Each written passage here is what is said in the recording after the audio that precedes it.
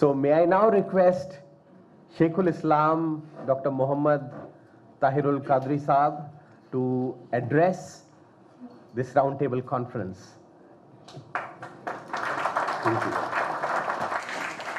you. Bismillahir-Rahmanir-Rahim.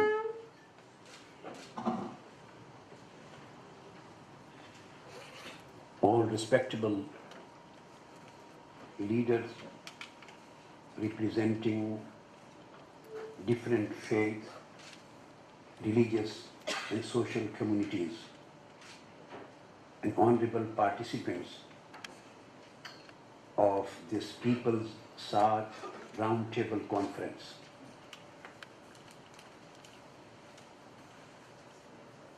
After endorsing whatever my respectable brother Ul-Karni Sahib has said in connection of the main theme of convening the People's SAARC Conference, I would like to start with the holy words of the Prophet Muhammad, peace be upon him, which he used to recite every day after every prayer. And he used to recite, "O Lord, you are peace, and peace comes from you, and peace returns to you, and enable us, O our Lord, to live a life full of peace, and enable us to enter in the hereafter the abode of peace." This is the supplication known as prayer of peace. This was a continuous and consistent practice of Prophet Muhammad, peace be upon him, throughout his life. And the same has been adopted by the Muslim community individually and collectively all over the world.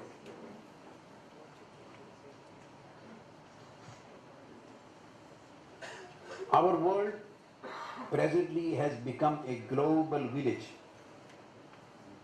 where the people are more interconnected than ever. No nation or ethnicity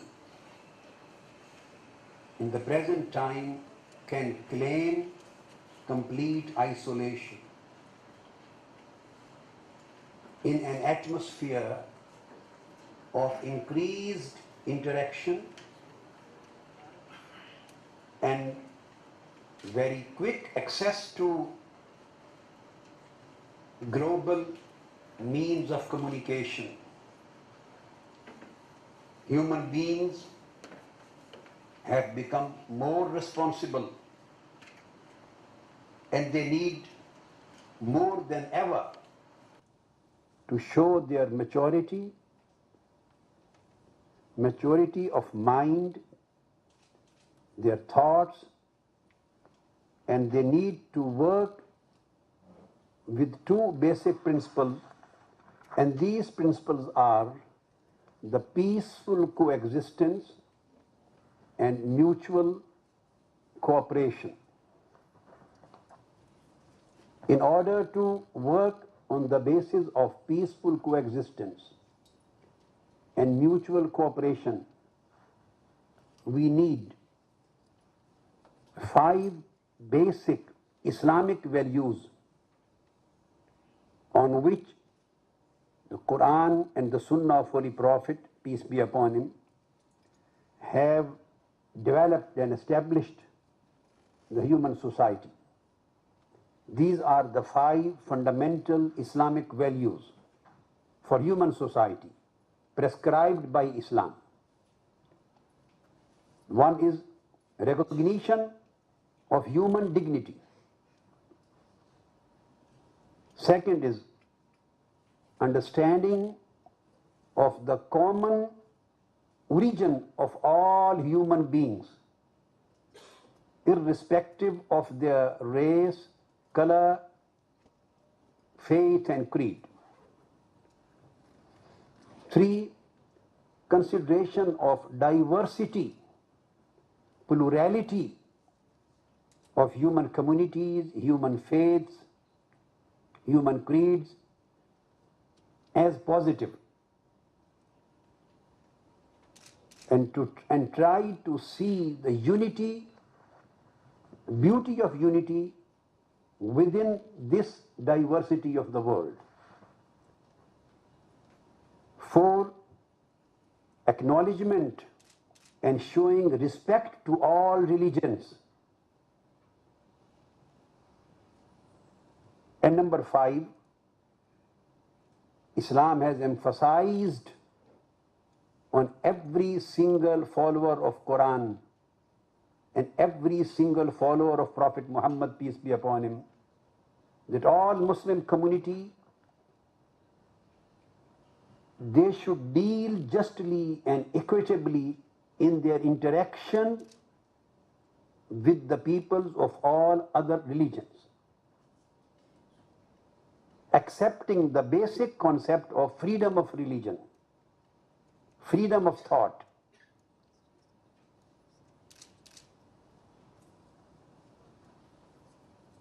So this concept of mutual peaceful coexistence and mutual coordination,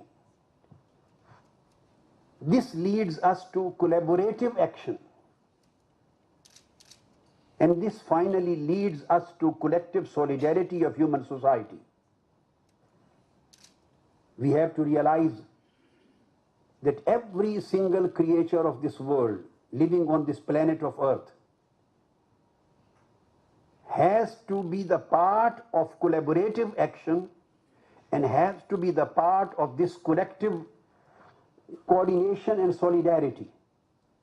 In the same way as Almighty God has created every system supportive to the other system. For example, rain helps grass to grow. Then grass helps animals to grow. Then animals help human beings to grow.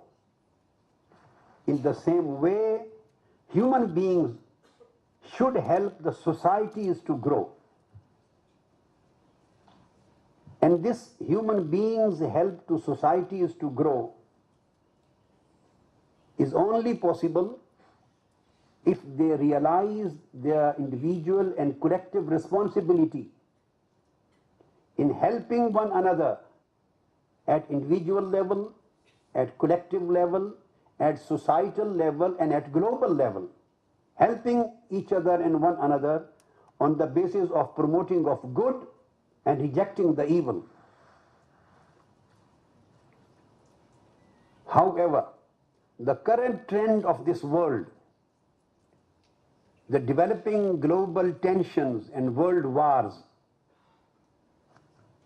they tell us that unfortunately our future doesn't look peace-oriented. There are indications that we are heading towards worse destruction than our world has ever seen. In these particular circumstances, it has become a primary and foremost responsibility of the religious leaders, spiritual leaders, religious and social societies, and spiritual representatives and leaders, that they should make every possible effort for the dominion and domination of peace and tranquility of the planet of Earth. This is the global perspective, but at the same time, the part of the world which we are living in, I mean the South Asia, this is much more significant and much more relevant in this whole global perspective in order to build the atmosphere of peaceful coexistence and global solidarity of human beings. The reason, although there are territorial limitations, there are geographical boundaries that define the nations and the state, but still South Asia has a rich and diverse spiritual heritage that the people of all SAARC countries share. Even the diversity of the Islamic community is common to India, Pakistan, Bangladesh, Afghanistan, and other SAARC countries. Here I would like to quote Mahatma Gandhi. He said, while addressing the closing session of the Inter-Asian Relations Conference held on 2nd of April 1947 in New Delhi, Mahatma Gandhi said that wisdom came to the West from the East. And he asked the audience, who were the carriers of this wisdom? He was pointing at all great carriers of truth and wisdom of the world. And he said all of them, basically, they were from Asia. Zoroaster, he belonged to the East, to Asia. Buddha belonged to the East, Asia and India. Even Moses, although born in Egypt, but he settled in Palestine, so he also belonged to Asia. Then Jesus, he belonged to Asia. Then came Prophet Muhammad, peace be upon him, he belonged to Asia. Mahatma Gandhi said, I don't know a single person to match these men of Asia. And he said, after reminding the delegates about Asia's great and unique prophetic heritage, Gandhi urged them to remain faithful to this heritage by saying that if you want to give a message again to the world, it must be a message of love. And this is message of today's People's SAARC Roundtable Conference. It must be a message of truth, Satyagraha. It must be a message of peace. It must be a message of tolerance. It must be a message of global human brotherhood. It must be a message of tranquility. It must be a message of mutual respect. It must be a message of piety and piousness. It must be a message of freedom. This is the main theme which has invited us today. And I would add to the words of Mahatma Gandhi, with due respect, that according to Islamic teachings, the first prophet of Islam, mentioned in the Holy Quran as well as in the Holy Bible, Adam alayhi salam, when he was sent down on the earth from heavens, he was settled in India. Hind, the old name Hind. So he also in a way belonged to Asia. And Abraham, Prophet Abraham, whose name was mentioned by brother respectable Kulkarni Sahib, he also belonged to Babel, the Iraq. So this is a great heritage, a great heritage. But we share the common principles, common teachings, common values. A very considerable part of our cultures, our beliefs, our faiths, our moral values, our teachings, our practices, we share with each other, with one another. As I mentioned, the Holy Prophet's supplication, in the same way, all these teachings are available everywhere in Quran and Sunnah. Every single person knows that word Islam, its root word and origin is peace and security. Islam means to come in peace and to provide peace to every single soul of mankind.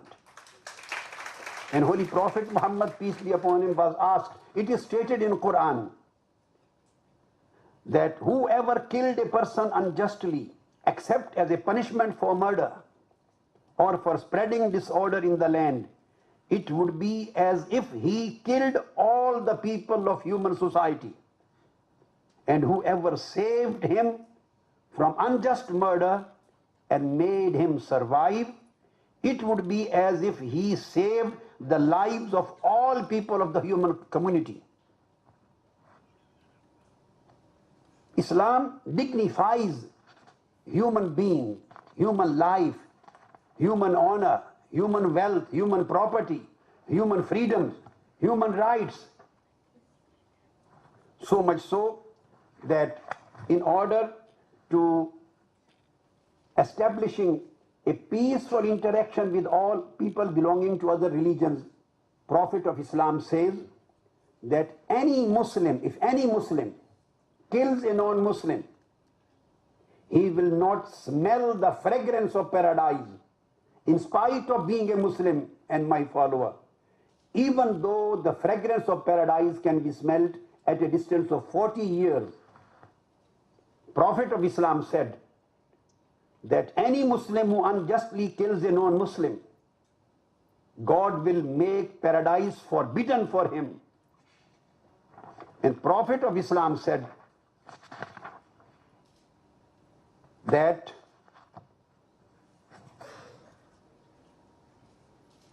that person who provides easiness, who helps, who assists the mankind, irrespective of their creed and their faith, Almighty Allah will keep him under the shade of His throne on the day of judgment, when there will be no shade that day except His shade of mercy.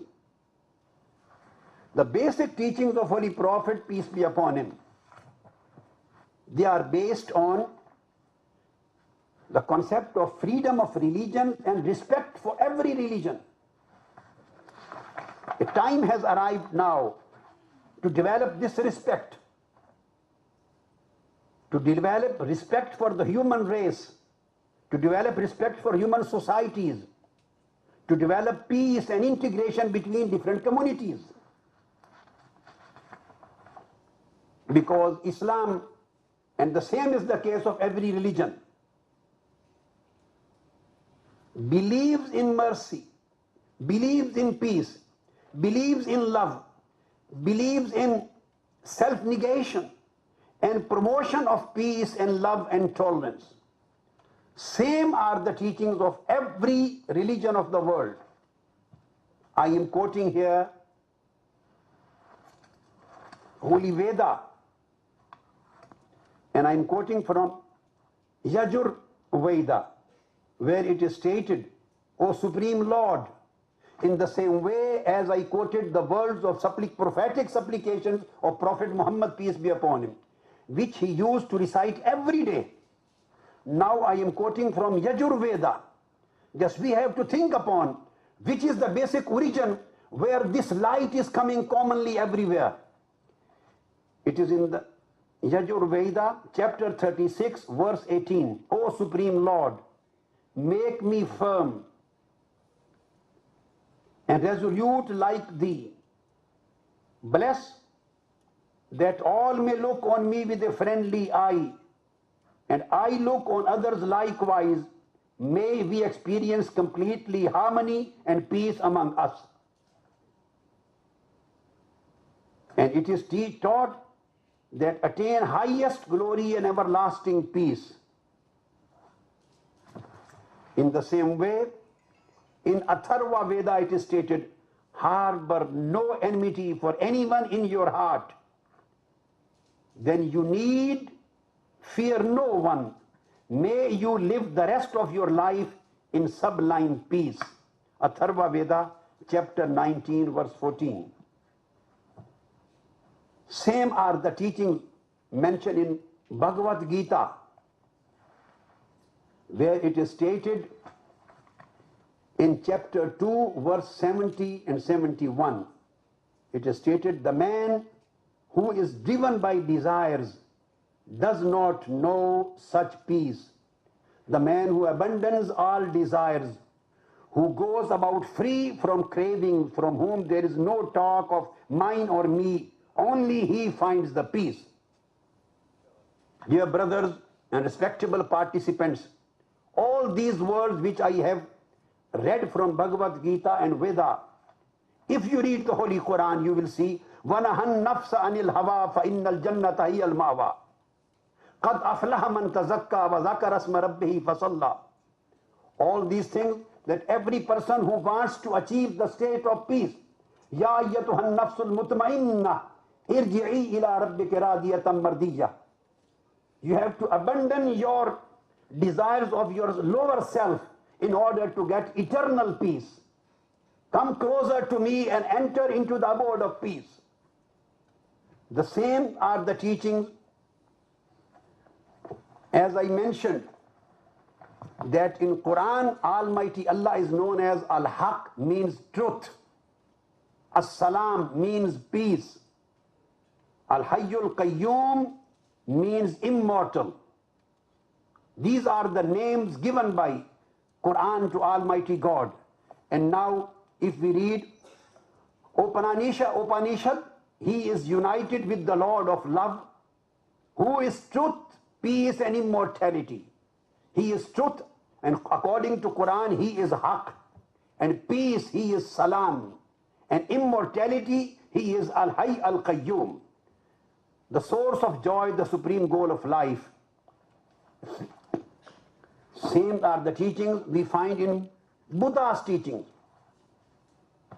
Buddha talks of truth in the same way as been already mentioned about Mahatma Gandhi, his philosophy of truth. Satyagraha, his philosophy of non-violence, his philosophy of spinning wheel, the charkha. The same charkha has been mentioned by Bulle Shah, the great Islamic saint. E charkha mein katdi, mera charkha no lakha kude. The significance of spinning wheel, the significance of the inner peace which Mahatma Gandhi and all other leaders, spiritual leaders of the world wanted to achieve from that. So Buddha says about morality, this consists of truth, haq, and it means right speech, it means right action, it means right livelihood, it means right effort, it means right understanding, it means right resolve. So the whole concentration is on the concept of truth when he preaches the morality, sila. And the same has been emphasized by Holy Quran in the verse, قُلِ الْحَقُّ مِنْ رَبِّكُمْ. Always, whenever you speak, it should be the truth. So learn truth, preach the truth, practice the truth, promote the truth, establish the truth, and stand for truth, and fight for truth, and die for truth. These are the teachings of Quran. The philosophy of truth. Then the philosophy of mercy, the philosophy of love. Now we come to the Bible. Same are the teachings which we find in Bible. In Bible, I'm quoting John chapter 14, verse 27. Peace I leave with you. My peace I give to you. I do not give to you as the world gives. Then in Peter chapter 3, it is stated again, do not repay evil for evil. Do not repay evil for evil, or abuse for abuse, but on the contrary, repay with a blessing. This is Bible I am quoting. And Quran says at the same time, وَيَدْرَؤُونَ بِالْحَسَنَةِ السَّيِّئَةِ. And the good people are those who repel evil by means of good. The pious people are those who do not repel evil through evil. No, they try to repel evil through goodness. Quran says, La tastamil hasanatu wala sayya. And good and evil cannot be equal. And the Quranic commandment is idfa billati hiya ahsan as-sayya. Repel evil in such a way as is best of all. Surely good actions remove the evil actions. Innal hasanat yuzhibna sayyat.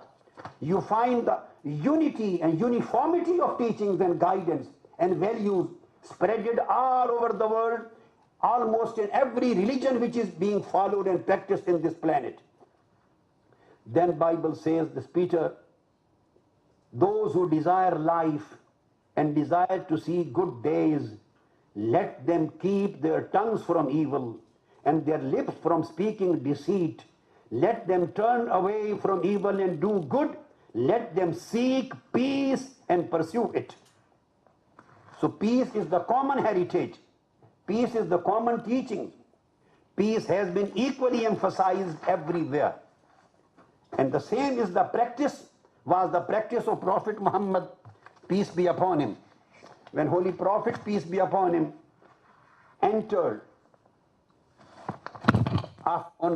in Mecca while contesting, before that, he established this concept on which we are today convening the People's SAARC conference. When Holy Prophet migrated to Medina, at that time the majority of the population, they were Jews. He invited them, and Prophet Muhammad, peace be upon him, created a political alliance and wrote down a constitution for the city-state of Medina. And the second article of the constitution of Medina, known as As-Sahifa, tells Innahum ummatun wahida. All the Muslims, the followers of Islam, and the other Jews and tribes and their allies, the non-Muslims, all citizens of this city-state, from today they form a single ummah and single community. And in Article 28, Holy Prophet Muhammad, peace be upon him, wrote down, Inna Yahuda bani Auf ummatum ma'al mu'mineen. He said that because at that time there was the main community was the Jews other than Muslims. He said the Jews of Bani Auf jointly with the Muslims form one community, one nation. Except the Jews will have their own religion to practice, they would be free in their own religion, and Muslims would be free in practicing their own religion. And in Article 49 he said, Inna Yasriba haramun jawfaha. He said that the city of Yasrib, Medina, from today is a haram, sanctuary of peace and security for the people of this treaty. So this, he declared the law of non-violence. There would be no violence on the land of our state. There would be no breach of trust. There would be no cruelty. There would be no crime. There would be no killing. There would be no bloodshed. Finally, when he entered on the conquest of Mecca, that day when he entered, when all 8 years since migration, every single dozens of wars were imposed on Prophet Muhammad, peace be upon him, and his community by the pagans, Arabs of Mecca. In spite of all these difficulties and persuasions, Holy Prophet when entered into Mecca after the conquest, not a single drop of human blood was shed on the land of Mecca. And he said, Izhabu fa'antum uttulaka, la tasriba alaykum al-yawm yaghfirullahu lakum wa huwa arhamur rahimin. He said, go now, all of you are free, and there will be no revenge, no retaliation, and there will be no act of violence on the land of Mecca.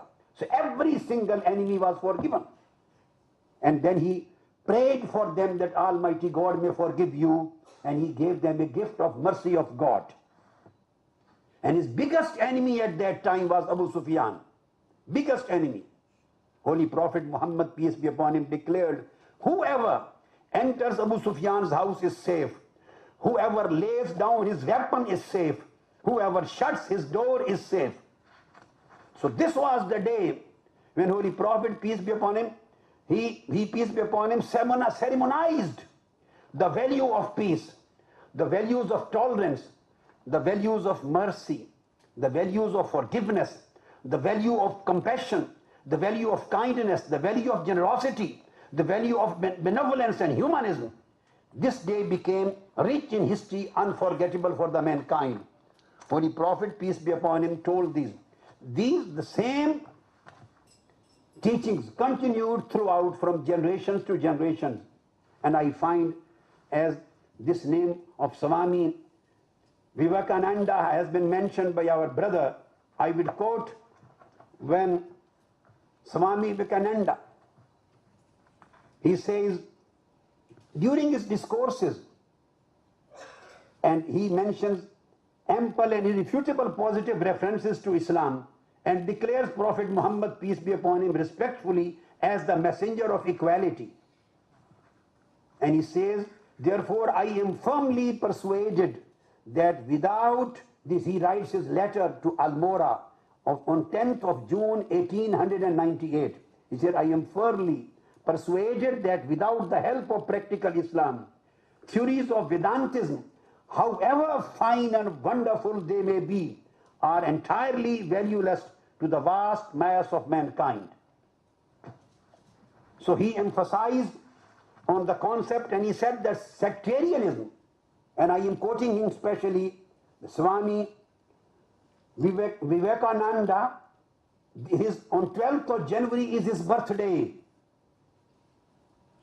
So celebrating his coming birthday, I am quoting when he says, sectarianism and bigotry are, and its horrible descendants, and fanaticism, they have long possessed this beautiful earth. My dear brothers and sisters, now the time has come that we have to rid this earth, this planet, and we have to save this earth and planet, and particularly our part of the world, the South Asia, from sectarianism, from bigotry, from horrible situations, from bloodshedding, from killing, from extremism, from terrorism. Neither Islam nor any religion of this world allows any kind of act which leads towards extremism and terrorism. Whether any person is Muslim or non-Muslim, he is Hindu, he is Christian, he is a Jew, he may be a Jaini, he may be a Buddhist, he may be Sikh, he may belong to any religion. No person in any matter, in any case, is allowed to take life of any person, the one who is non-combatant, a peaceful civilian. So terrorism is totally condemned, not only Islam, but every religion in the whole world condemns the act of terrorism. At this time, I would request that this is a time I would like to commemorate and ceremonize a just moment of silence in order to show the solidarity of those who became the victims of Mumbai terrorism attack. Just a moment of silence in order to show the solidarity with those who became the victim of Mumbai attack. We would stand for that, showing solidarity.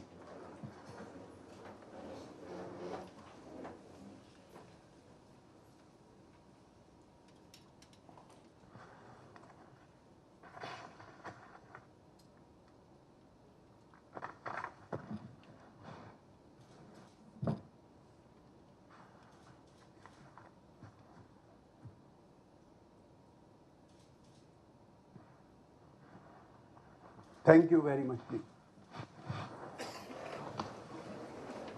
I have no hesitation in declaring that thousands of people, thousands of men and women, innocent people, ladies, women, old citizens, children, have been killed in the acts of terrorism in Pakistan.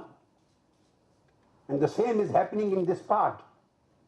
Irrespective of our lands, whether this is taking place in other side of the border or this side of the border, we have to condemn every kind of terrorist activities from every side, from everywhere.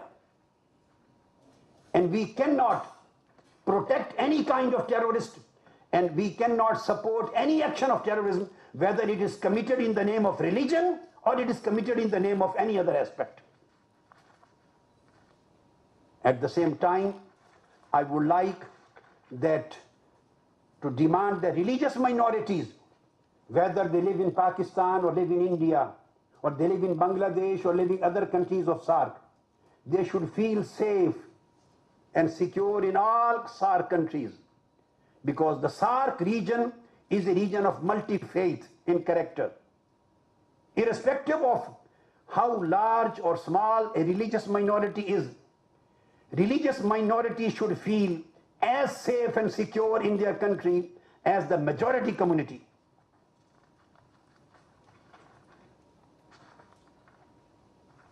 And at the same time, all communities, religious leaders, spiritual leaders, political leaders, social leaders and activists, they should stand up against every kind of corruption and concentration of wealth in few hands and abuse of power.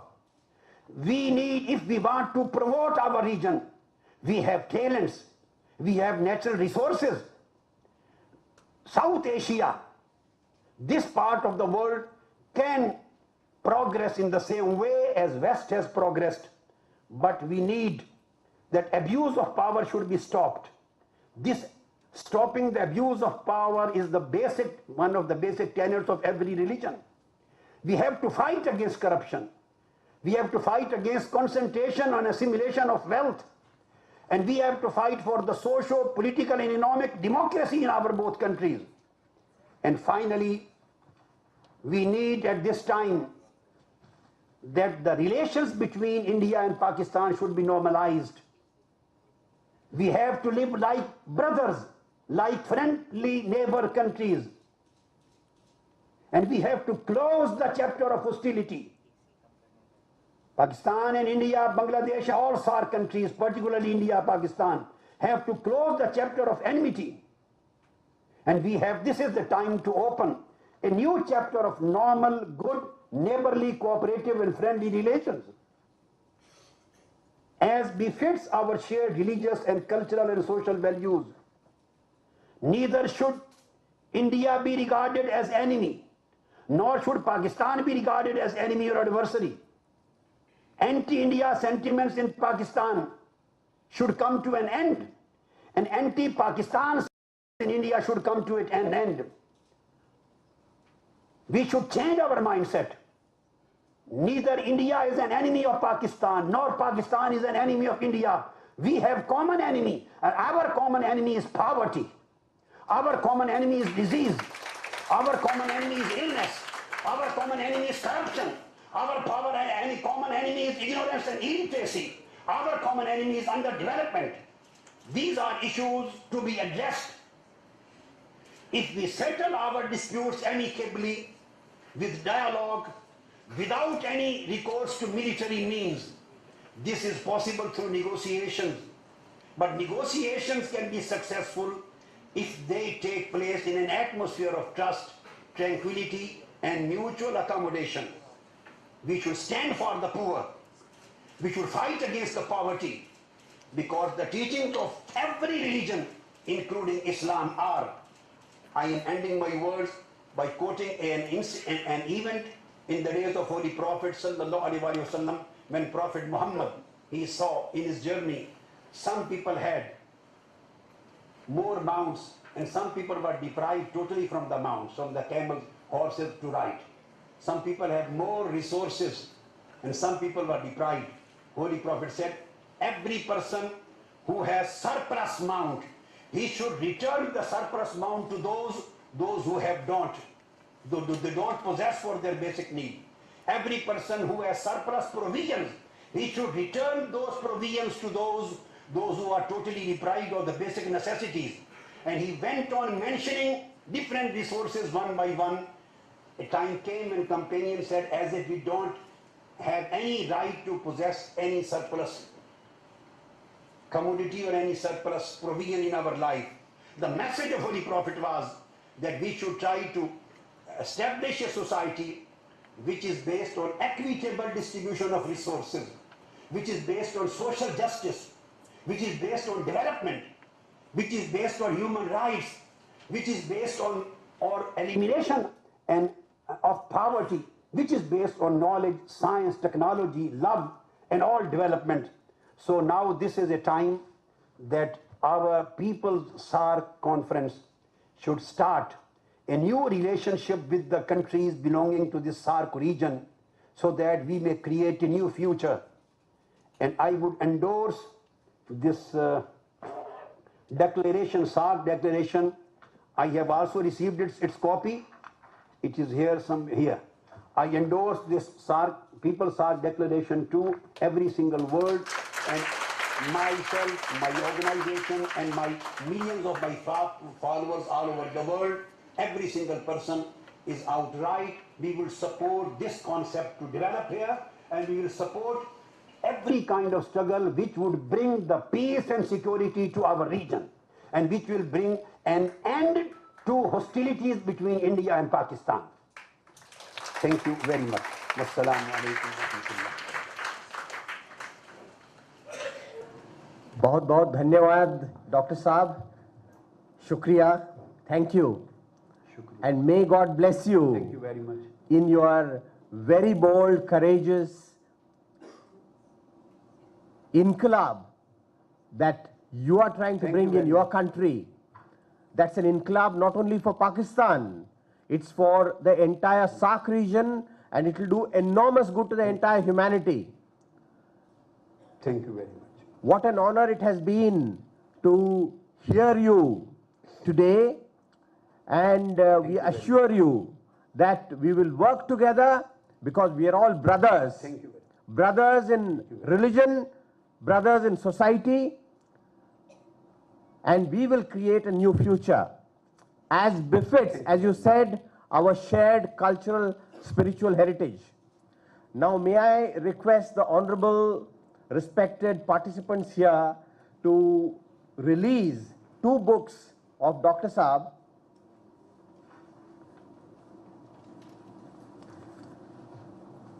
One is an Indian edition of Fatwa, which I showed you earlier, and the other is, it's called Jihad, Supreme Jihad. Supreme Jihad. The Supreme Jihad.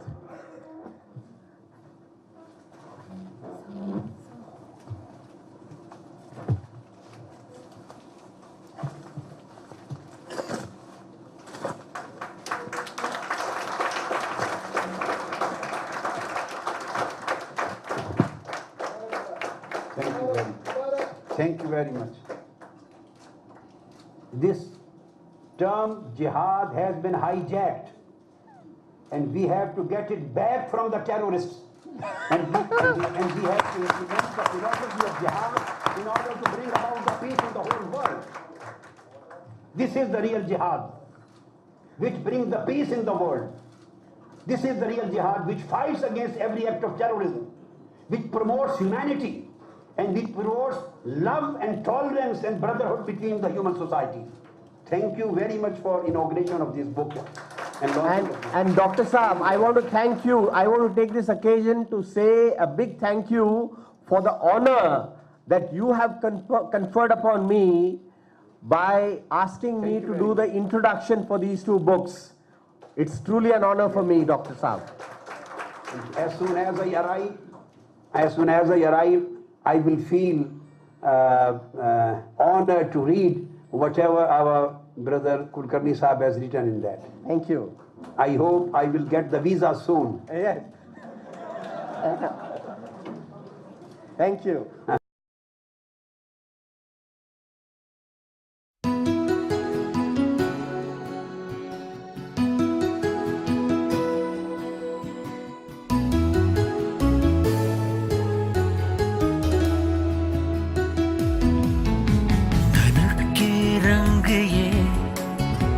मिला ले साथ में सफेद रंग नया फिर बने,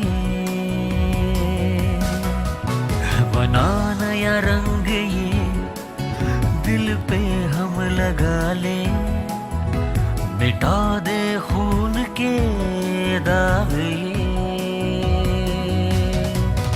अब आओ कुछ लिखे इस दिल पे,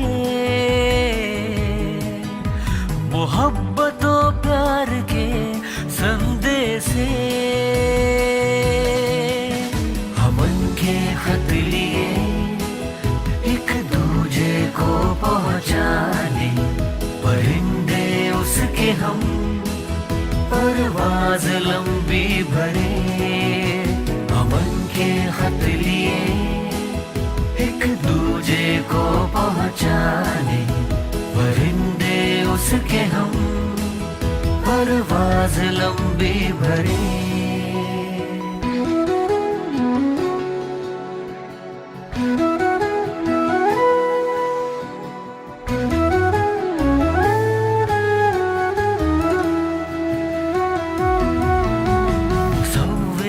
कुछ करे सब मिलके सारे साथ में, खुद ही को भूल कर हम कुछ गुफ्तगू करें, जंगे छोड़ कर शम्माए हम जलाए, पाकीज़ा धूप में उसके हम गीत गाए।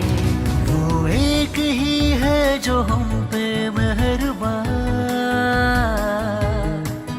ये सारा है उसी का कारवां। अमन के खत लिए एक दूजे को पहुँचाने, परिंदे उसके हम परवाज़ लंबी भरे। अमन के खत लिए एक दूजे को पहुँचाने, परिंदे उसके हम परवाज़ लंबी भरे।